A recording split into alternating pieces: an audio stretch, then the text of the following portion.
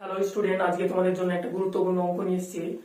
তো চলো, এই অঙ্কটা কি বলছে, 160-এর 15% এর সঙ্গে কত যোগ করলে যোগফল 240-এর 25% এর সমান হবে। তাহলে এখানে কত যোগ করলে বলছে, এই সংখ্যাটা যেহেতু দেওয়া নেই, তাহলে আমরা ধরে নিই x যোগ করলে।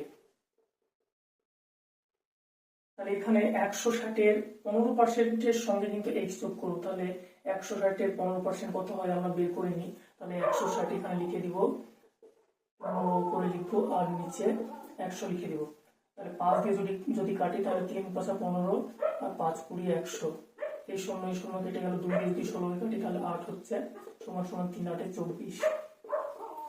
তাহলে এখানে কি বলেছে, 160-এর 15%-এর সঙ্গে কত যোগ করলে, এখানে ধরেছি কি x যোগ করলে।